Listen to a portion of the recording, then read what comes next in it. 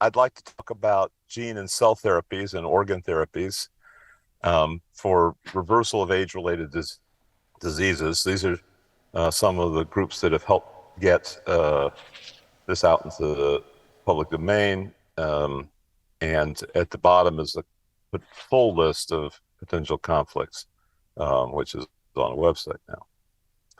And just want to save time for Q&A at the end, but these are the topics: making enhanced organs, and enhancement in this case means immune resistance to viruses, radiation, and related things. And then how we achieve this via multiplex editing and repeats that are involved in senescence, repetitive DNA elements, and then finally how we do gene and cell therapies.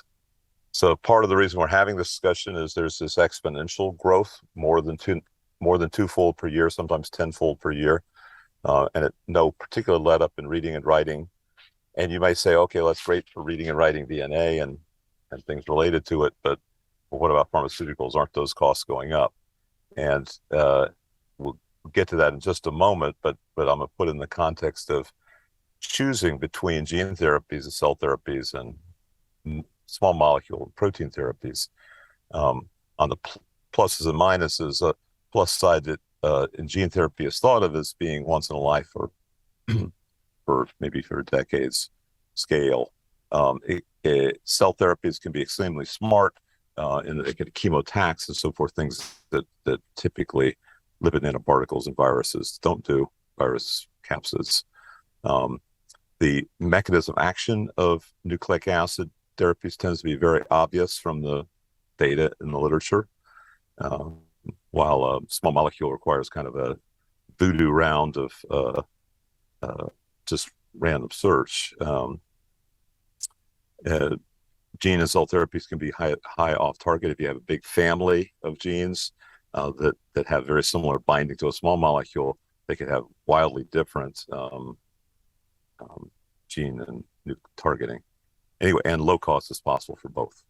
And to point that out, you may think of gene therapy as very expensive, which I did for a while. The highest cost is now not 2.5 million, but 2.8 million for hemoglobinopathies. But to both, because the market is small, in my opinion, because if you look at the top 5 gene therapies that the top 5 vaccines for COVID that we just, many of us took, all 5 of them are formulated as gene therapies, either viral capsids or single messenger RNAs and lipid nanoparticles. And they can be as low as $2 a dose. So 2.8 million versus 2, the difference is market size. And so aging should be one of those things that's high market size. Now I'm going to talk about enhancements. First, I want to show you an extreme case, which is not in mammals yet, which is multivirus resistance. This is something we started around 2004, and finally this year we think we have a cell that is resistant to all viruses, even though it was sensitive to hundreds of characterized viruses before that. And we did it with one strategy, which is changing the genetic code. Here we got there are other advantages changing genetic code that I won't go into, but this is so far just published as a preprinted bioarchive, thanks to Akko, Svina, and Reagan and others. And the idea was to change 2 codons for serine, 2 of the 64 triplet codons from serine to leucine. So that results, and the reason we think it's all viruses is that we tested it with a mixture of fresh environmental isolates from, pig farm and rivers, and which included a whole lot of new phages not characterized, and it was resistant to all of those, even though the previous best phage-resistant strain was sensitive to all of them. And what they had in common was that they encoded their own tRNA, so that kind of breaks the code that we remade. But now we fixed that as well by this trick of making a serine to leucine. Okay, so that's one example of enhancement. There are other things that we had to do to make organs that wouldn't fail for a variety of reasons, immune reasons and senescence and viruses and so forth. And here's the wish list, which is culminated in a genome edited at 42 places. That's probably a record for the germline of a mammal. We've done many more edits than that, as you'll see in a moment, in cells. So these 42 edits affect the sugars, three sugars, which are very severe immune reactions: clotting, complement, other immune functions, and these viruses. We knocked out all of the endogenous retroviruses. They're completely non-functional. We've done this in multiple pig strains. It's a very robust protocol, relatively easy to knock out these repetitive elements. And that brings us to the next topic, which is that the organ enhancement is not just the immune enhancement we just talked about, or the virus enhancement, or just pathogens that we talked about earlier, but cancer, senescence, and you might even want to be able to fight DNA damage, which is somewhat related to aging. There's some examples of cryopreservation here in animals, including a vertebrate salamander that can get down to minus 55 for many days. Here's an example of ionizing radiation, not in a vertebrate, but showing how easy it might be. There's 4 different mutations which have been characterized to increase the radiation resistance by 10,000 to 100,000 fold, which is quite dramatic.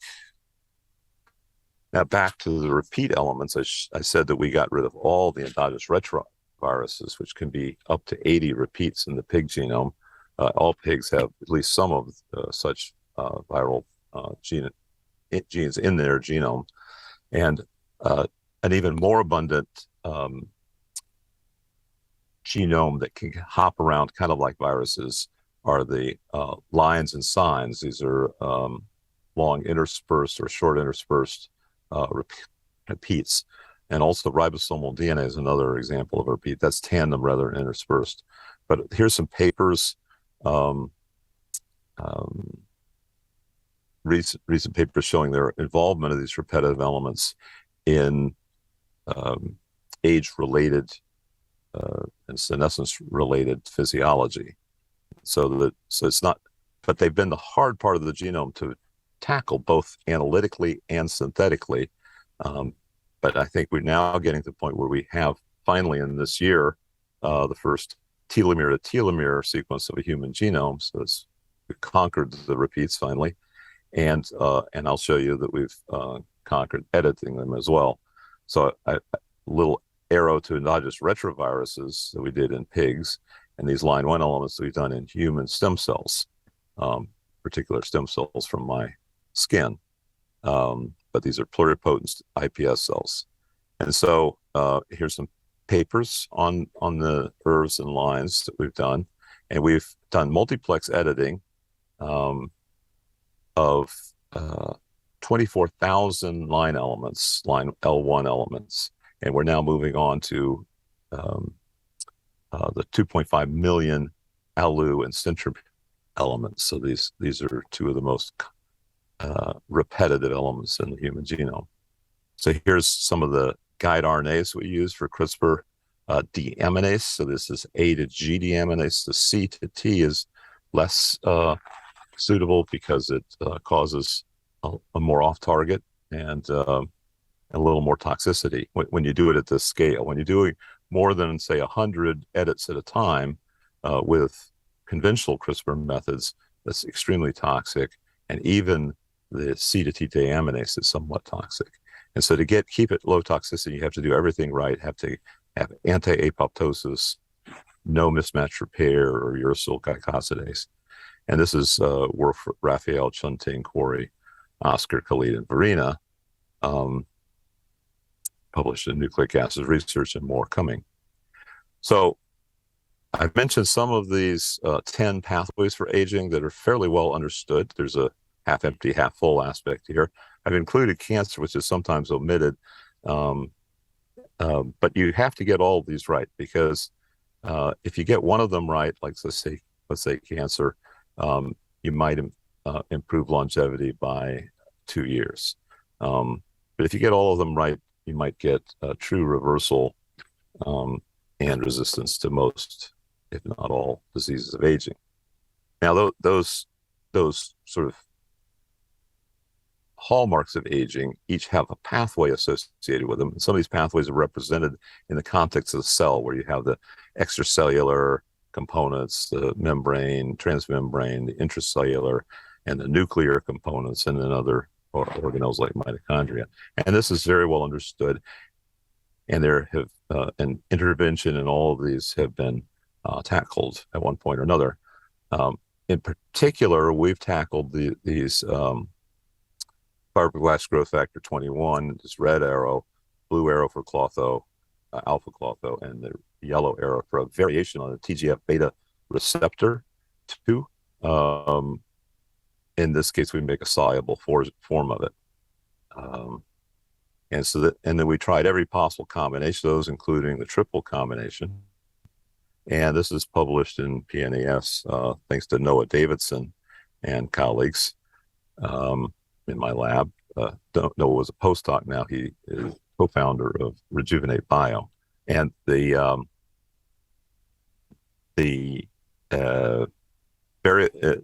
it's not always as simple as all three of them are the best. More is not always better. Sometimes there's some interference, and these subtleties will, be worked out by more and more, hopefully worked out by more and more complicated genetic circuits, possibly more genes. So we have multi-gene treatment of a multi-disease endpoints. So for example, here is a diabetes model with insulin tolerance test. We have obesity, age-related obesity that drops with treatment, drops down to a stable normal weight from about 2 times quite monstrously pathologically obese. We did a obstruction of the kidney function and heart function, and these were restored to close to normal as well. And you can see the color-coded, the same as I've been talking about. Now, Noah Davis, as I already mentioned, has put these combinations and others, including the classic transcription factors, OX4, SOX2, and KLF4. Noah's been in all these papers that involve AAV. We also have one for cytomegalovirus that I'll show you in a moment.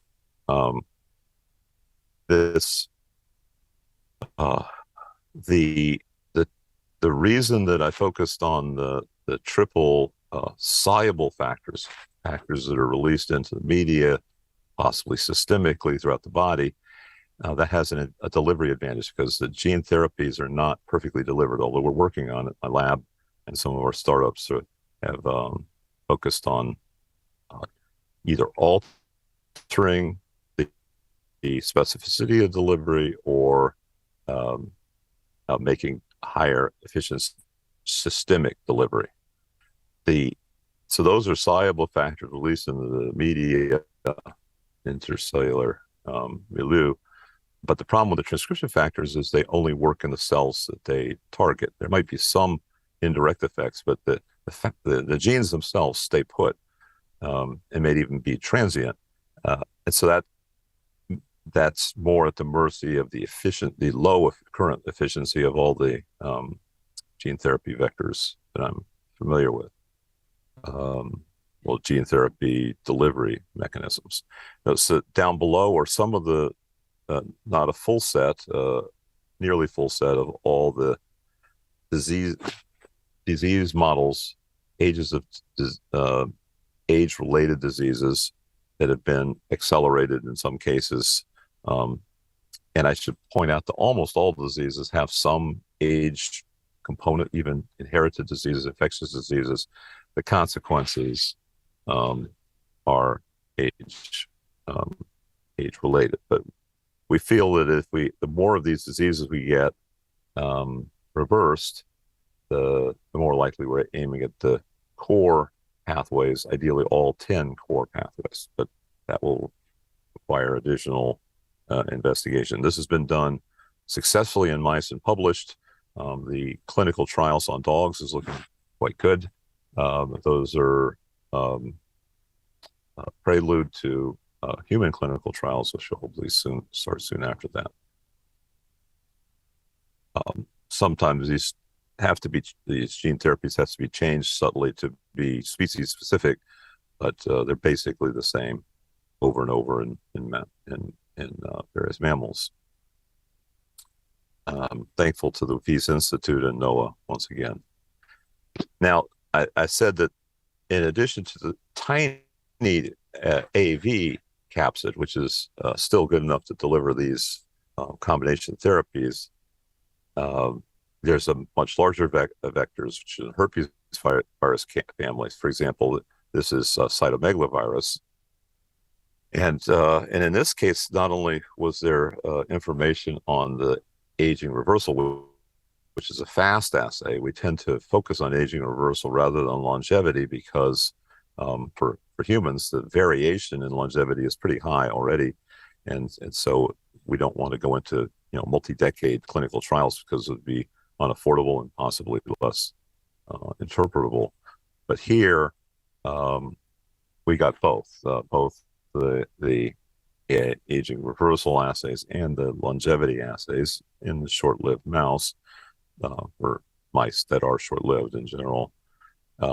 Show on the far left is the death curve of the wild type untreated mice, and then on the right are the two different genes of interest in this PNAS paper, TERT and FST. And these have been noted in previous publications in using methods that were not exactly compatible with gene therapies that would go into the clinic. But this, I think, what we've done is much more compatible. We think our collaborators have been brought together thanks to BioPeco. So I'm going to open it up now for questions. Finished a little early, so there'd be plenty of time for that. I'm sure that it's been provocative, and I can return to slides if we need, but I'll stop sharing. The summary here is that we're looking at genes, even which are smarter than small molecules typically, because they have cells smarter still. They can do chemotaxis. Organ therapy is very complicated and essential, especially for dealing with the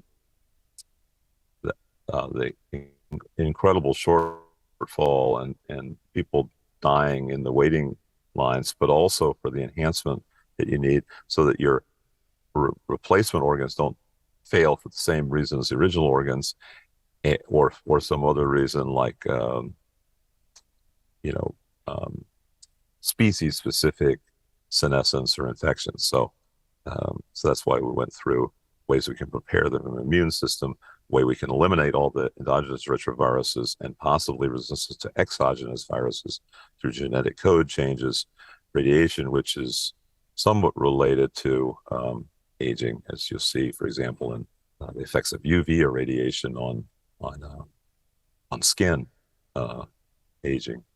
And then this multiplex editing has allowed almost all of these things I've talked,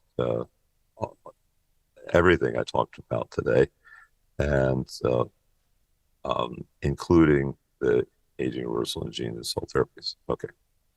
So period, full stop. I'll stop sharing. Thank you very much.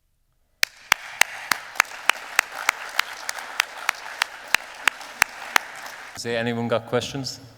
Okay.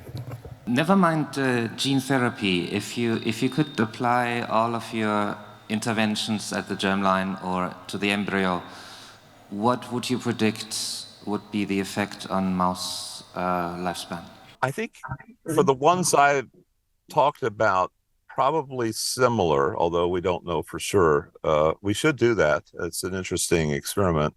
Uh, but and we are using germline for the pig engineering, but there we haven't done the senescence experiments, either short-term or long-term in the pigs. But the goal is to make sure that the organs don't fail, and I think that could be particularly interesting for things like hematopoietic stem cells, which is the most common transplant performed, and it percolates through the entire body. But yeah, I don't know, but it's a simple answer. But our goal is to make things that work in older adults, because that's where the market is, and it seems feasible from our biological knowledge. Hello, fascinating questions. So if everything is going fine, even the mic, when would a clinical trial with humans be possible for some gene therapy related to longevity? Very soon. The clinical trials for the dogs is well underway, and they typically only take about 2 years in dogs.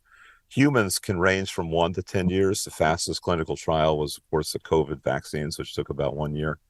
But anyway, we'll hope to be starting human clinical trials in about a year, and